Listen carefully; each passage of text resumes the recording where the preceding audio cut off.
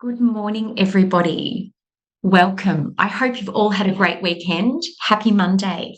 I'd love to introduce myself. My name is Nicole Wallace, and I'm a proud member of the team here at HR Australia.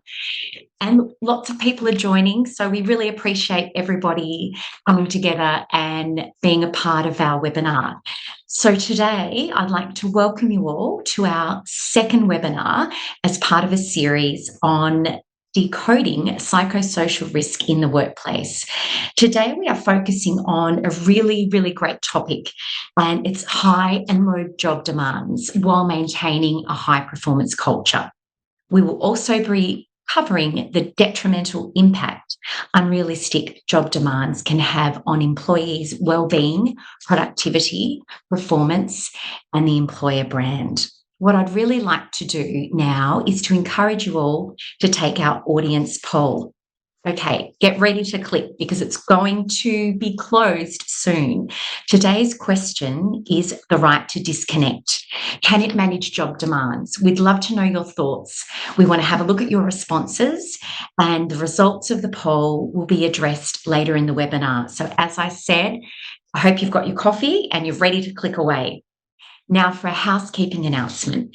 Okay, there's going to be a recording available to everybody that attended the webinar today.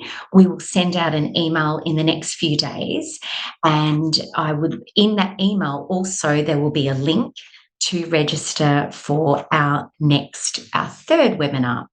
So keep an eye on your inboxes. Now, many of you today have provided questions on registration, and there's been some really, really interesting ones. So thank you very much. And we hope to get to answer as many as we can at the end of the webinar. And please, we encourage participation from our audience. We'd love to see the questions coming in. So don't be shy. If you've got any questions during the webinar, pop them down in the chat and write it below. And hopefully we will have time to get to a few of those at the end as well.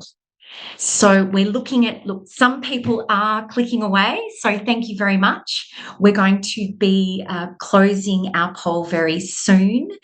And before we do that, it's my pleasure to announce our host for today, Stephen Bell, our Managing Director here at IHR Australia, and our guest speaker for today, Consulting Psychologist, Stephen Booker.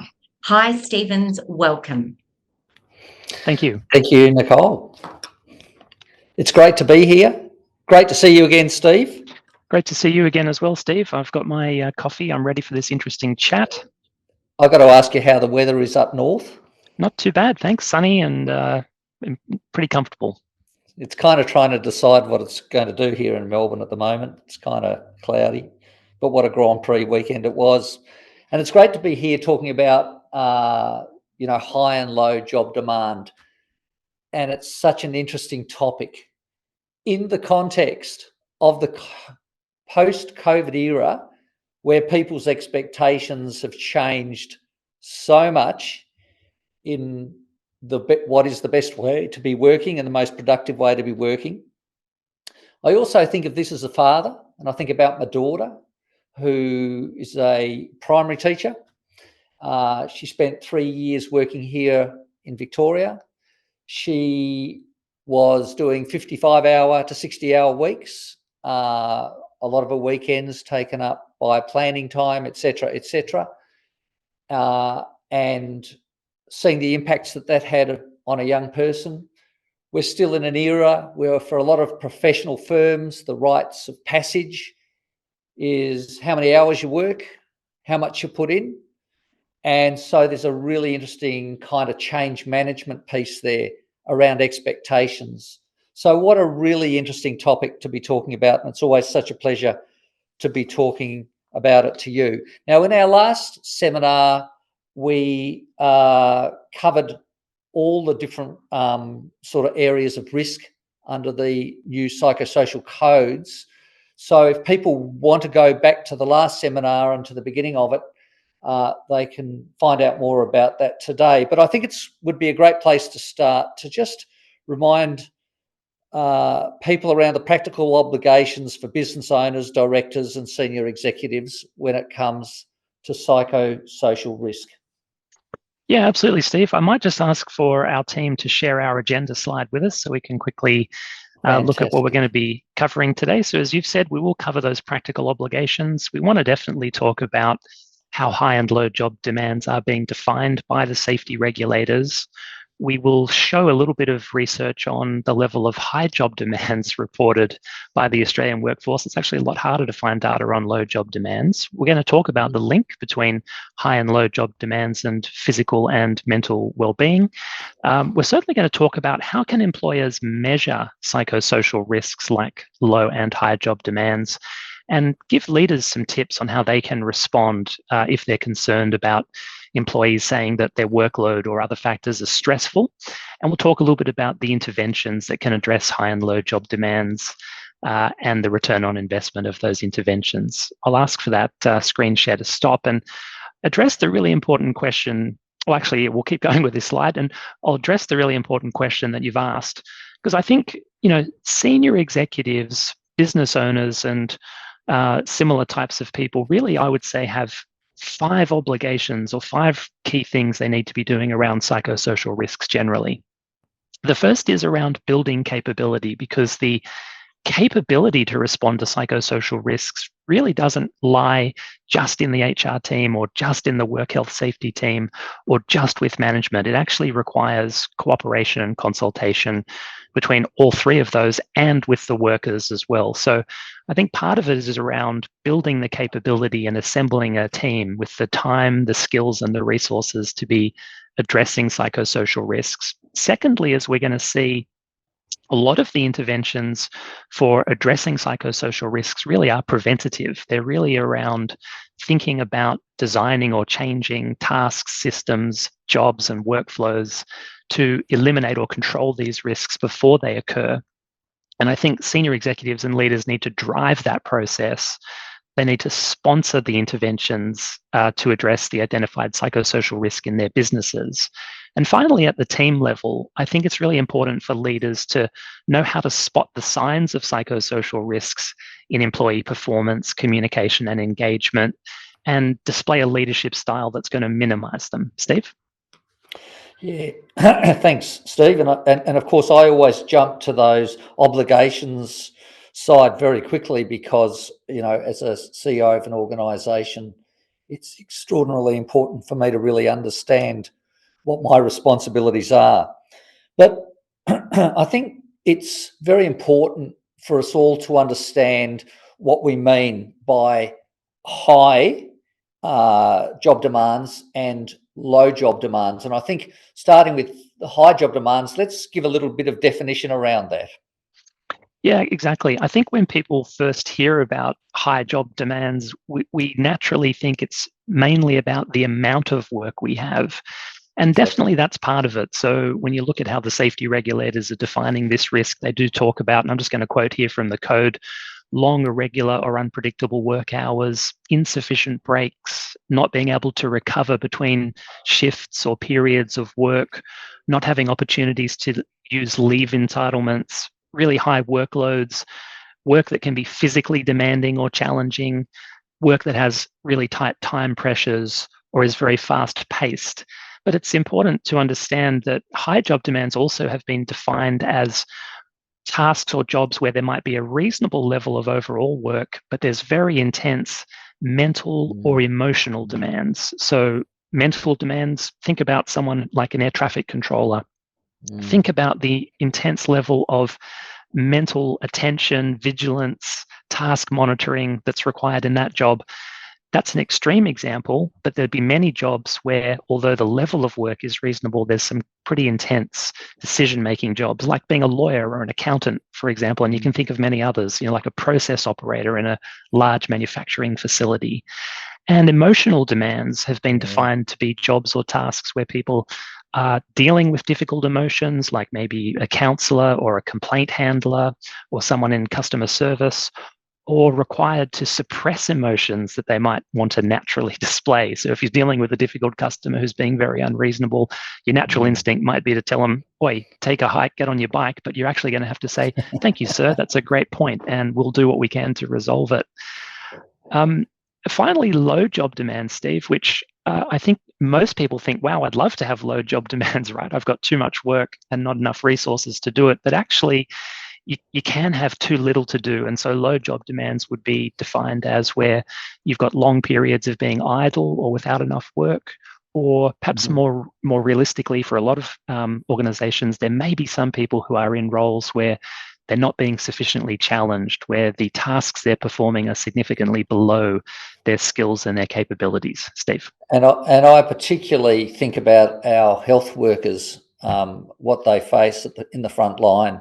And people working in aged care, who really face significant challenges with matters like dementia, which is physical, it's emotional, it's everything you're putting together, and just what challenges are faced in those types of industries. One of the great things that we always do is whether we're doing our training or we're doing our webinars, we bring matters to life by using actors. And you've come up with an extremely interesting scenario, and I'd like to unpack that when it's finished. Absolutely, Steve. So you're absolutely right. I think you invented this concept of workplace reality theatre, where we use professional actors in all the training that we do at IHR to really demonstrate the skills and help our attendees practice those skills at our training. And we are just launching now our new training course on managing psychosocial risks, where we're absolutely using actors right throughout the day to help leaders. I'm very excited about that, and there is a huge demand out there and a lot of questions being asked. When can you start? Yeah, absolutely. So we're going to see a role play now with Diana. Good morning to you. One of our professional acting team is here with us. Good morning, Stephen. And Diana and I are going to deliver a role play. This is a fictional scenario, but just to give you the background, I'd like you to imagine that IHR has been engaged by a large Australian organization. They've had us conduct a validated psychosocial risk survey that has identified risks of high and low job demands in the finance department of this hypothetical organization. And they've instructed us to do some interviews with members of the accounts payable team in the finance department to get a more nuanced understanding. The validated survey we conducted showed that there were two issues of high job demands. One was just an overall high workload. Second, there was an issue of emotional demands, which I spoke about earlier. So in this role play, I'm going to be playing me basically, and I'll be interviewing Ash, who Diana will be playing. She is a member of the accounts payable team, and we're going to be chatting about her thoughts on why these risks are here and maybe what could be done. And I'd like you to imagine that we're doing this role play face to face. So we'll start the role play now. Go ahead, Diana. Yeah, can you give me a little more information about why you have asked to speak with me today? Thanks, Ash, for coming to speak with me today. Look, I'm a safety consultant with IHR Australia. We've been engaged by your organisation to speak with a randomly selected group of your team. Please don't worry, you haven't done anything wrong. We're not targeting this directly at you. But we're actually keen to see whether you have any suggestions about how your work could be improved or made safer or less stressful. You and your team are the people actually doing the work, and we're sure you've got some really great ideas on those points. Please don't be concerned. No one will know what you specifically have said to me today because I'll be de-identifying all your comments. Great. Well, I do have some concerns about some recent changes we've had in the team, and I'd really appreciate the chance to discuss these, but I can't stay long because work keeps piling up and we are all under the pump at the moment. Not a problem. Well, look, I'm really interested to hear what you have to say. Yeah, well, our CFO, Alex, recently introduced a new artificial intelligence account system to automate our tasks and make them more efficient. Now, at first, we were all thinking that this sounded great because our work can be a little boring at times, to be honest. And we thought Alex was going to ask us for our suggestions for how the new system could be designed to make our work easier. But she never asked us for our input, and I think she just bought the system off the shelf of some IT company that probably has, I don't know, table tennis tables and pinball machines in its office. Anyway, we did get some training on how to use the new system. Now, don't get me wrong, it has made some parts of our job much quicker, but in other ways, it's actually creating a lot more work. And I don't know why Alex just didn't ask us to test it before procuring it. That's really interesting. Ash, can you give me an example? Yeah, I think the best example is that we constantly get calls from suppliers asking when their invoice is going to get paid. And the old system had a summary screen that was really easy to access using a quick keyboard shortcut that would show us all the suppliers' outstanding invoices. But the new system actually makes us have to type out our requests for information in full sentence form.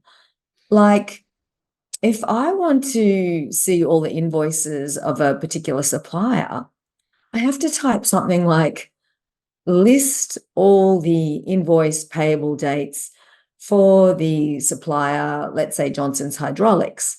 And then it says, do you mean Johnson's Hydraulics Proprietary Limited at 23 Smith Street, Smithville? And then I type in yes. And then it says for what period? And then I type in all invoices. And then I finally get the information. Now, this might not sound like a big deal, but when you are getting over 100 calls a day from suppliers, that extra work and time really adds up. Yeah, I can imagine it really would. What sort of impact would you say this is having on you and the team? Yeah, look, it's having a big impact. Most days we all have to stay back late just to get through all the supplier queries. And to be honest, a lot of us are feeling pressured, and it's like we're always rushing from one thing to another, and it feels like we never get our work done each day. And what's worse is that the suppliers are getting angry and frustrated with how long they're on hold for while we try to find their invoice payment dates in the new system. I mean, the suppliers are already pissed off because the company has a 60-day payment plan, and sorry, not a 60-day payment term. And now I'm actually getting yelled at, and it's really uncomfortable. Like, it's actually affecting my sleep. Most nights I can't sleep. I'm worrying about the abuse I'm going to cop the next day. Yeah, I'm sorry to hear that, and I'll definitely add that to my report. Do you have any other feedback or suggestions you'd like to raise? Yeah, just one final thing. What I can't understand is that we are just so busy in accounts payable, but in accounts receivable, they seem to have very little work, and a lot of them seem really bored and disengaged. I can't understand why Alex can't just see how urgently we need temporary help from the accounts receivable team. It, it isn't too hard for them to learn what we do, but whenever we ask them for help, they just seem really pissed off and disengaged and disinterested. Look, I just hope something comes of these interviews. I think we're going to get angry if Alex gets your report, but nothing gets done. I understand, Ash. I just wanted to say thanks for speaking with me today. Thanks, Stephen. Back to you, Steve. So much of this new world is about proactivity, isn't it, in relation to our leaders and having conversations that perhaps we wouldn't have had before around how people are feeling about doing work. And that's a really great example of it. I know you're in the role of a consultant, but it just is a message to our leaders that you cannot just sit idle, and you need to be continually asking questions about people and their workloads. You're a stats man. I'm really interested in how many workers have high and low job demands in Australia in certain types of industries and jobs. Absolutely. So I'm going to share data from a 2017 report for Safe Work New South Wales, which analysed the level of high and low job demands amongst 12,500 Australian workers. This data is drawn from an Australian survey called the Household Income and Labour Dynamics Survey. And the first slide I've put up here shows how high job demands are being reported across the different industry sectors. So we can see that actually it's not surprising to hear your daughter report experiencing a lot of high job demands as a primary school teacher, because in fact the education industry is the industry with the highest proportion of employees reporting high job demands. The orange bars are the data for men and the blue bars are the data for women. And you can see that around 30 to 45% of education and professional services industries are reporting high job demands, signaling that these sectors may have the most intense workload or stress levels from job demands. Job demands, I guess we can see also appear quite high in the finance, media, telecommunications, public admin, safety and healthcare industries, with around 1/3 of employees reporting high job demands there.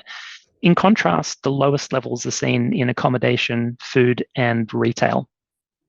Which is of great interest to me, because, I would have thought that people in retail would be experiencing significant levels of confrontation with customers. And I am interested, do these stats really include that emotional side? It's a great point. And the particular questions in this survey that this data is drawn from do not. They're really around that high workload, too much work to be able to complete within my work hours type question. So you're absolutely right. If we were also including questions around emotional demand, we would see the retail sector and some of these other sectors, possibly like accommodation and other things like that, would be higher. And that's one of the benefits of the psychosocial risk survey that we deploy for clients when we're asked to, the Copenhagen psychosocial risk survey, which I'll talk about later. It has a number of subscales that give a more nuanced understanding of the psychosocial risks and give exactly that type of granular understanding that you're referring to there. Yeah, excellent. And of course, this professional services area and education area, there are different things going on in our environment that are leading to workers being put under significant levels of pressure when it comes to job demand. But I suspect, especially in the professional services area, there is a real need for a change of attitude in what constitutes being successful, what constitutes being effective, what constitutes being committed. There's almost like this change management piece for our HR professionals. Oh, look, it's a fantastic point. I mean, research shows that professionals have about double the rate of depression to the general working population. And so we're obviously defining success in a way that's leading a lot of people to burn out and become depressed. And I think you're right, not just in the professional industry, but in many industries, we've really got to redefine success as being not just great performance, but being sustainable, ongoing performance, and not burning out. Absolutely. And in our next seminar, we're going to be talking about remote workers. And, there are a lot of people in professional firms who are working a lot of the time at home, and therefore that's going to require some significant interventions from employers to make sure that their conditions are what they need to be from a mental health point of view. So let's move on to this kind of impact element, which is, what are the impacts of high and low job demands on people's physical and mental well-being? Yes, absolutely. So I'll ask our team to skip forward to that slide. Thank you very much. And research really indicates that consistent exposure to high job demands can lead to a lot of physical and psychological problems. There's an increased risk for things like heart disease, high blood pressure, burnout, depression, anxiety from ongoing exposure to high levels of job demands.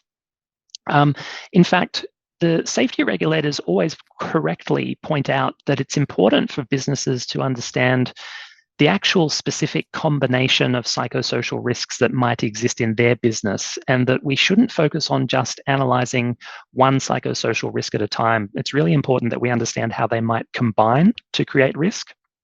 And high job demands are a classic example of this, because if you just look at high job demands and, for example, they're linked to depression by themselves, people experiencing a significant ongoing level of high job demands have about a 25 to 35% increased risk of diagnosable depression based on which study that you look at.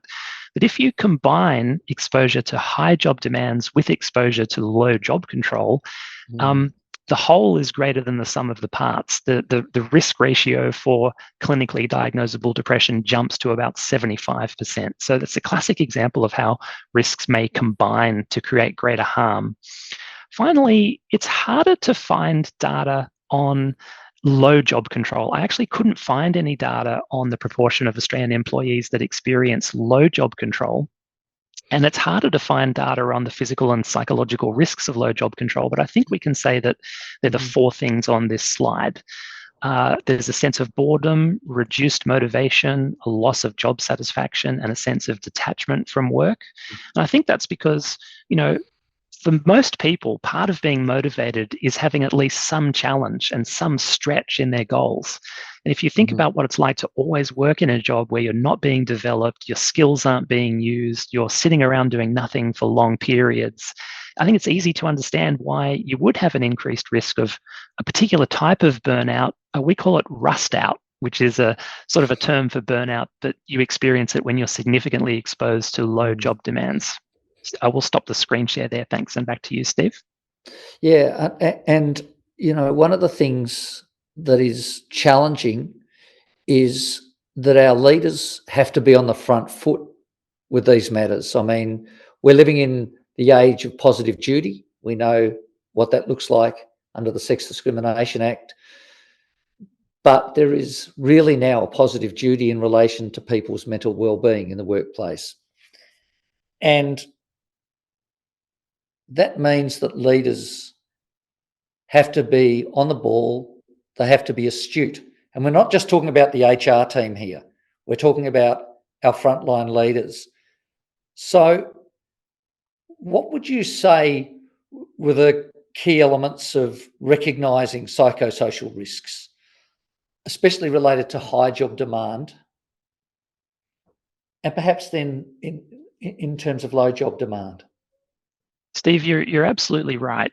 If we are sitting back and only acting on psychosocial risks when somebody makes a complaint or makes a workers' compensation claim, it's literally like sitting on the tracks of a railway facing the wrong direction, not really caring what's coming.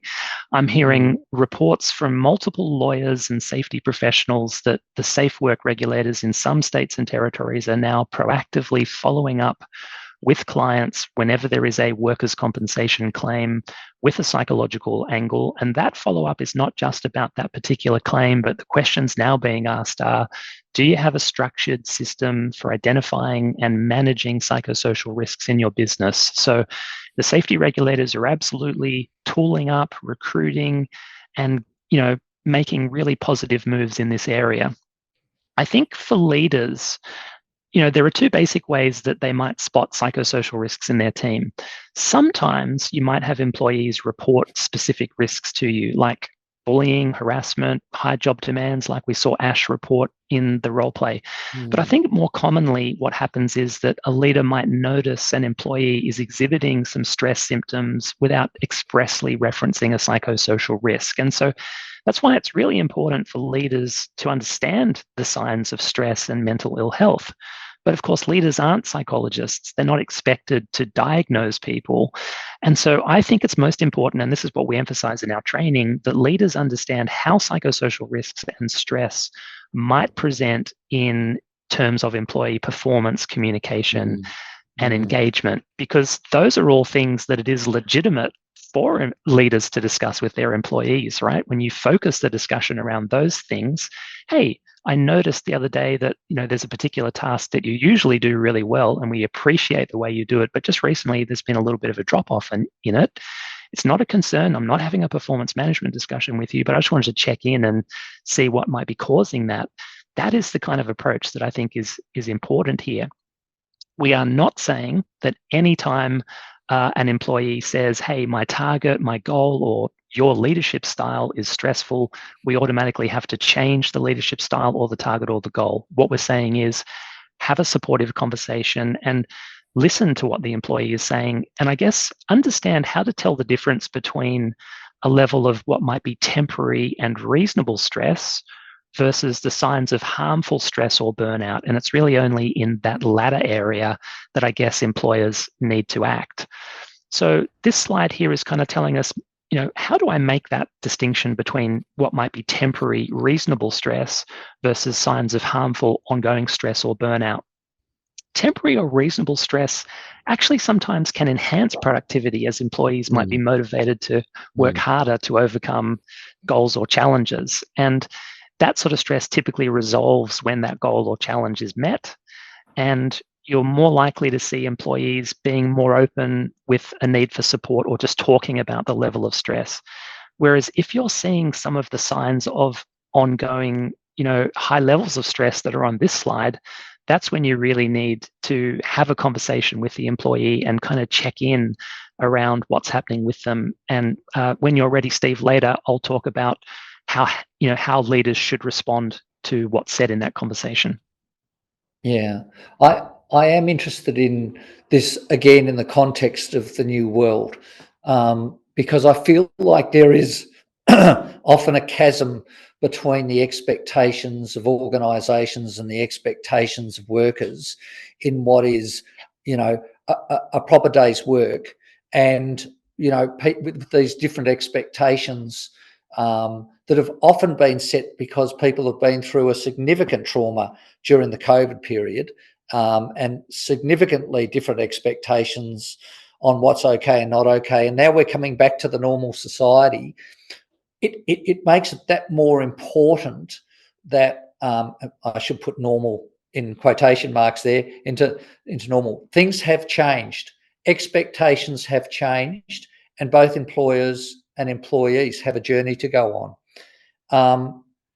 And so I anecdotally hear a lot of information from other CEOs around, people's expectations of what's a fair and reasonable target has often changed. Is there a need for leaders, whenever an employee complains about their targets, to make a change to that expectation?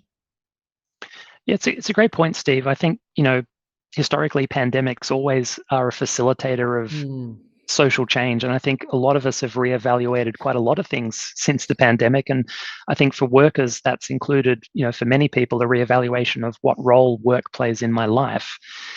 I think a couple of points are really important here. The first is that safety is a two-way street. The safety laws require employees to cooperate with employers to make the workplace safe. And now that governments have doubled down on the employer's obligation to ensure workplace safety from a psychological point of view, it makes it even more important and legitimate for employers to be conducting pre-employment checks to make sure that employees who are being hired have the level of resilience and stress management that they're going to need to cope with the stresses in the specific job that they're being recruited for.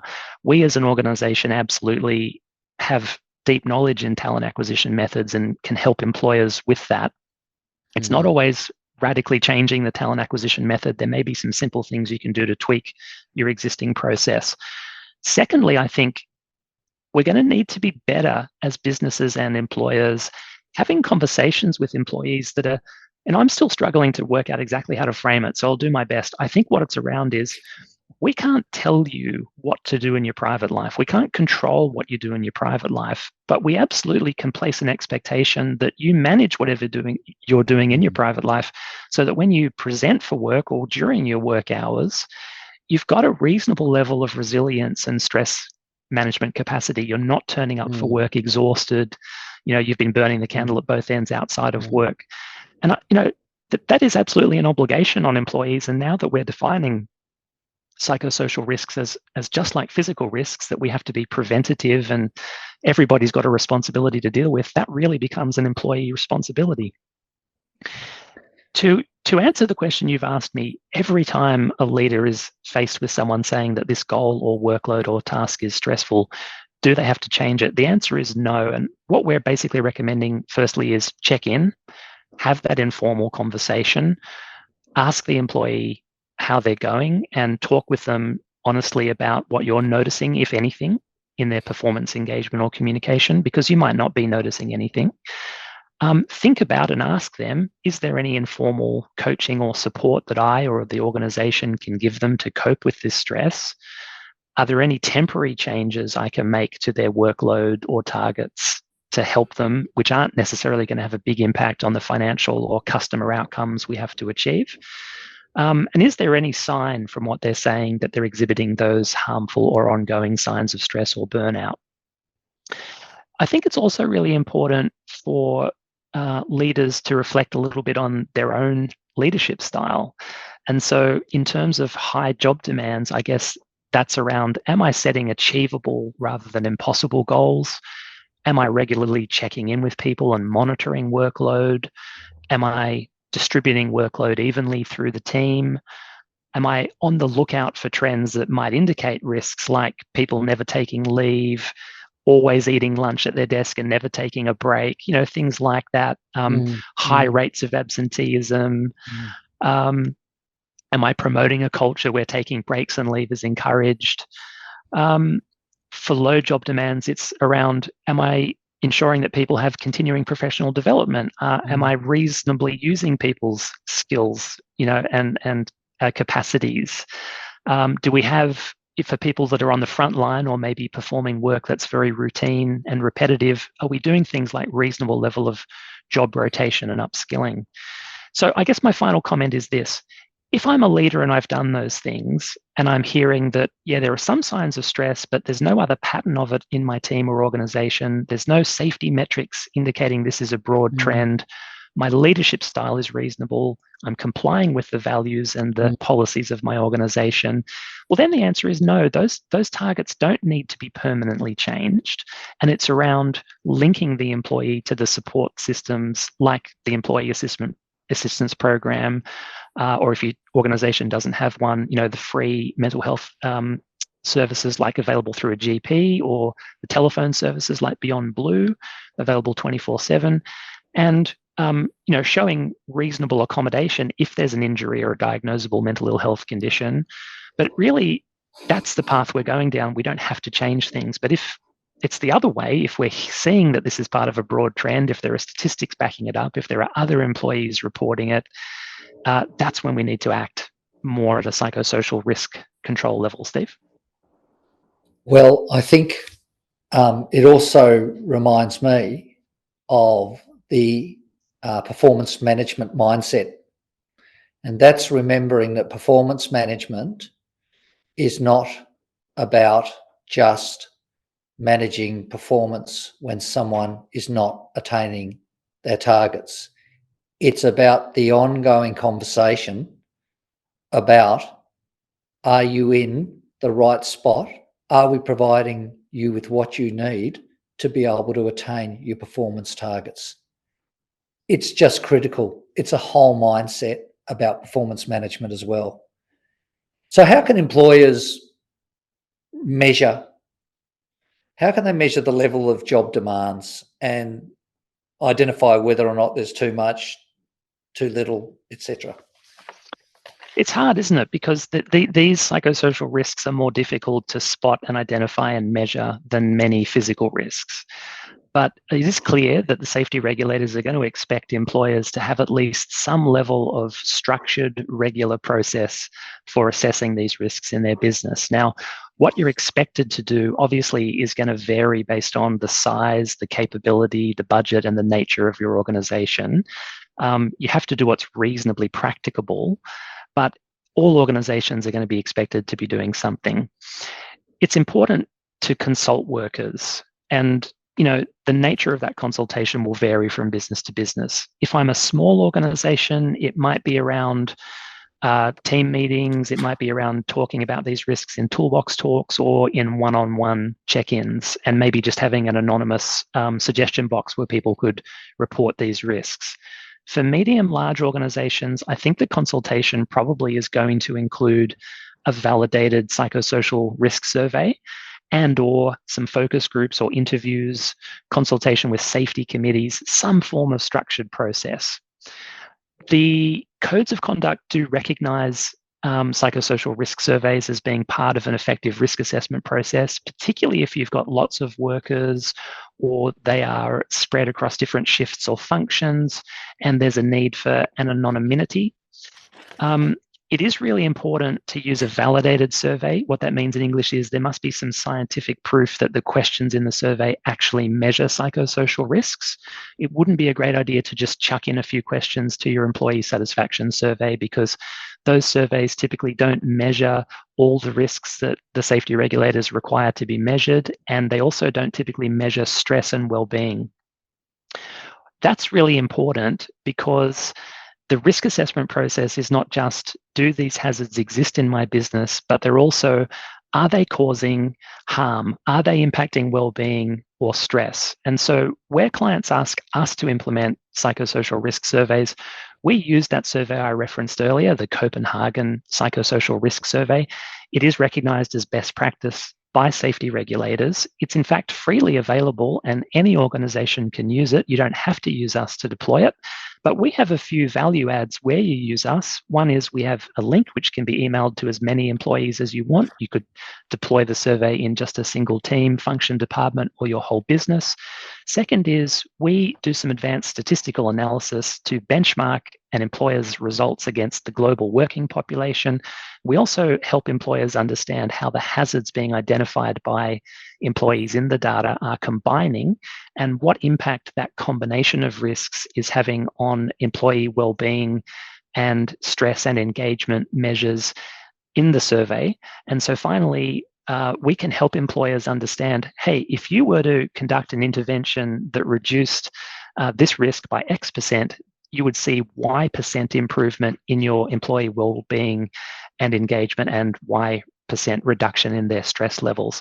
And Steve, that is basically how employers can identify the distinction between a harmful and a reasonable level of these stressors by understanding their impact on stress and well-being and engagement. With all of this, I see that there is significant amount of time, commitment, not just from our HR professionals, but that's expected of our leaders. There is the commitment of regularly measuring the status of your psychosocial risk. There is an extraordinarily important piece for training our leaders and our managers. I actually do not know how you can go forward in this area without proper instruction of the people who are at the front line of leadership. All of this and much more. We've even talked about leaders finding the time to have conversations consistently with their staff about the nature of their work, how they're feeling about their work, etc. This is an investment. So I think for many of us who are going down the right track with this, what's the evidence in relation to return on investment for these kinds of interventions? Yeah, it's a really critical question. And I think a lot of people's normal and understandable reaction to hearing about these new requirements around psychosocial risks is to think, wow, what yet another compliance burden, on me as a business, and how am I supposed to maintain productivity with all these compliance burdens? But we need to reframe that thinking, because the research really does show that there is clear return on investment. And in a second, I'll talk about what are some of the interventions that can be put in place to reduce high and low job demands. But research really clearly shows that the return on investment is not just an improvement in well-being and a reduction in legal risk. You're absolutely getting improvements in engagement, in performance, and in productivity when you are reducing these risks. And the reason that's happening is because, as we saw earlier, high and low job demands do increase the risk of mental ill health conditions such as depression. And there's a whole stack of research showing that there are great productivity improvements from creating a more mentally healthy workplace. For example, data from PwC back in 2014 that the cost of mental ill health for Australian businesses is about $10.6 billion annually, and that's a decade ago. Just think about what it is now. Yeah. In fact, the vast majority of that cost is around absenteeism and presenteeism, that is, people turning up for work but not being fully able to perform. And so they found that for each $1 that employers spend on improving the mental health of their workplace, which would include reducing psychosocial risks, they're getting a return of investment of $2.03. Steve? Well, I think what we're talking about is that this matter is strategic, it's tactical, it's about the not more than just compliance, it's about the whole culture benefit. And I keep saying over and over again when I'm doing my training that our leaders can't be put into leadership roles, our managers can't be put into leadership roles without clear instruction in relation to what that means, because it now carries so much responsibility. Those of you who've attended my training will have heard me use the phrase that management is a profession. So whether you're an accountant, whether you're a lawyer, whether you're an engineer, once you're managing people, your number one profession is being a manager. And that's how the legal system looks at it. So it becomes really, really important that our leaders understand that the time they put in is an absolutely absolutely lead to a return on investment. I think there are, we've got a wide range of organisations with us today, and I think it's very important that we ask the question, would these organisations all have to put in the same amount of energy and intervention to address these risks? It's a fantastic question. So there are really three types of interventions to address psychosocial risks. There are what we can call preventative, where we're changing systems, tasks, or processes, or people, to your point, right? Because leadership training is a form of preventative intervention. Yeah, of course it is. There are secondary interventions where we're training workers and building their capacity to resist stress. And there are tertiary or third level interventions where we're providing treatment for injured workers, like employee assistance programs and return to work programs.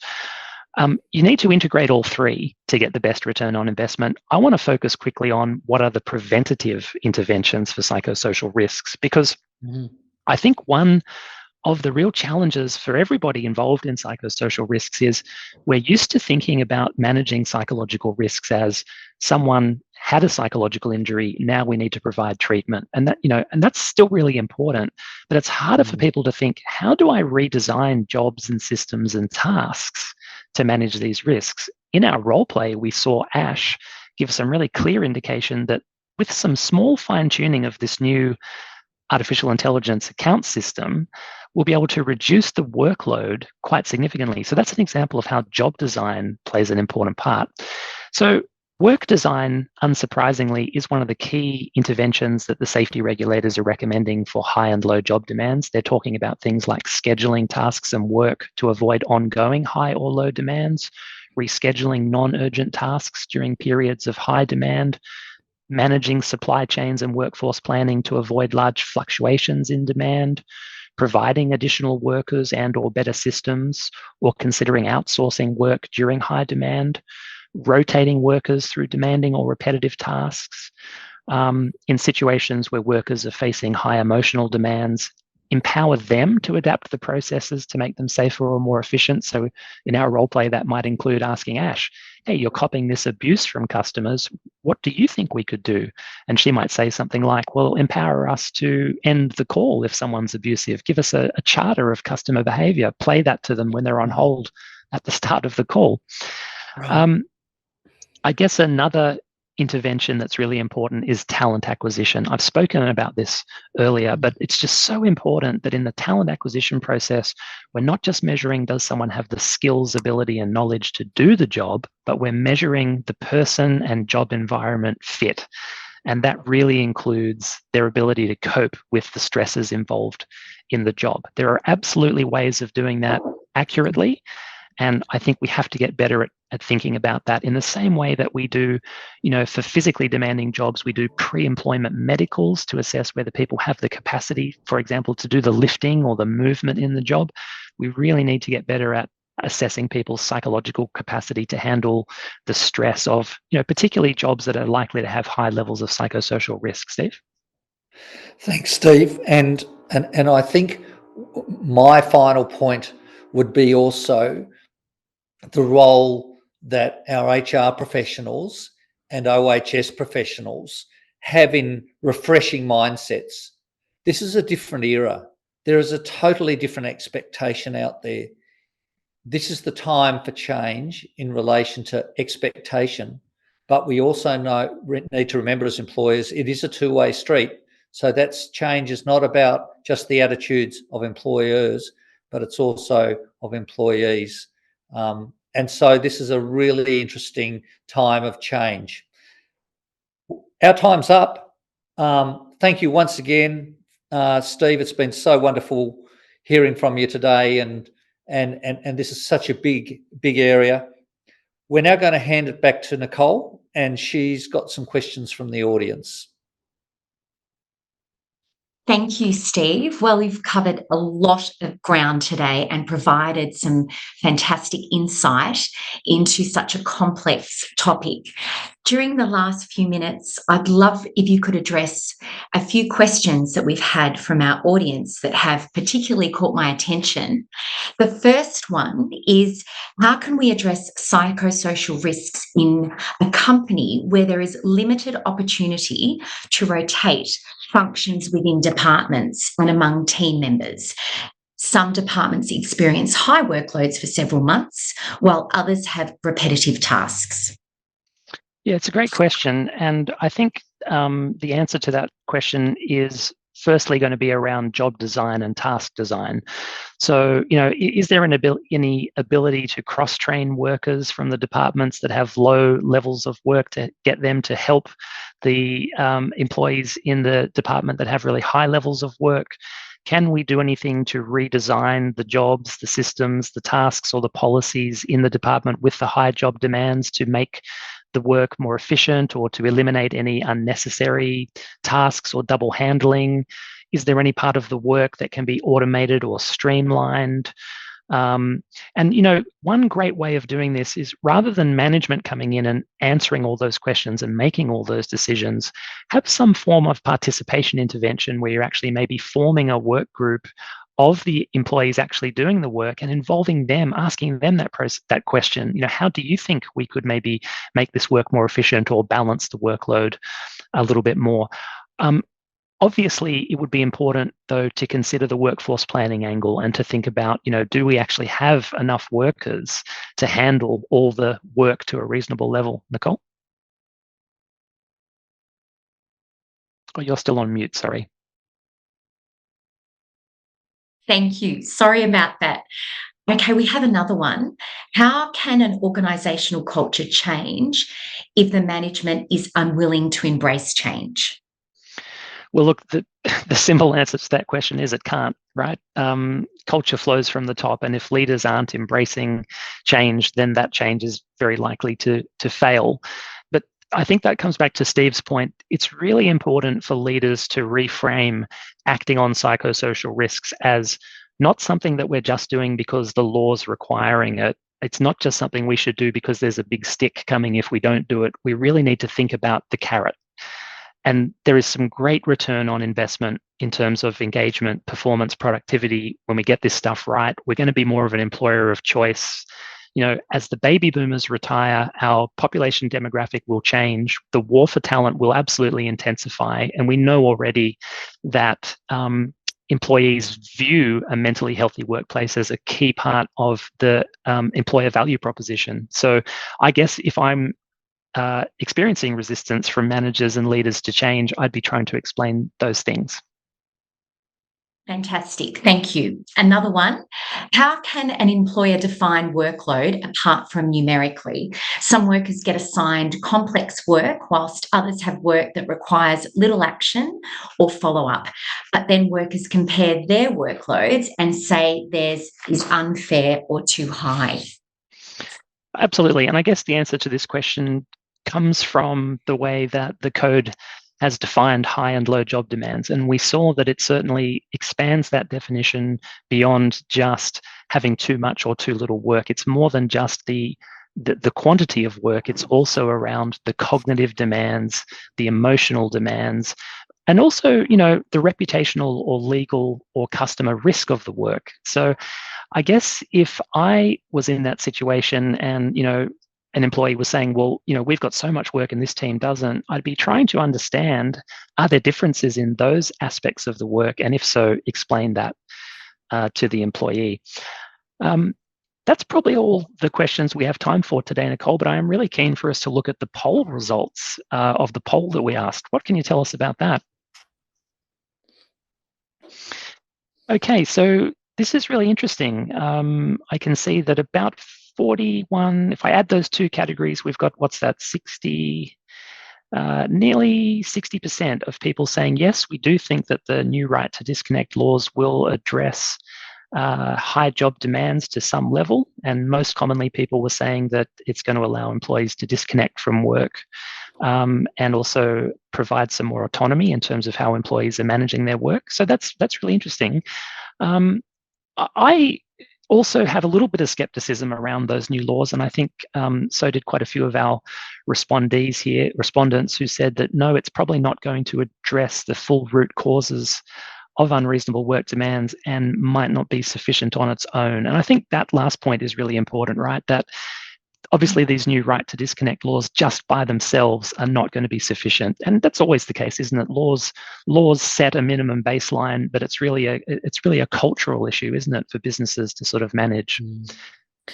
And I think it just underlines this requirement to change expectations. And this is a great opportunity for a time of change and a time of reality, and that our organisations understand what productivity looks like in the modern era. Well, I'd like to thank everybody today, our two Steves, for all the wonderful information they provided. It was very insightful and informative. And a big special thank you to our amazing actress, Diana, for demonstrating what low job control could present as in the workplace.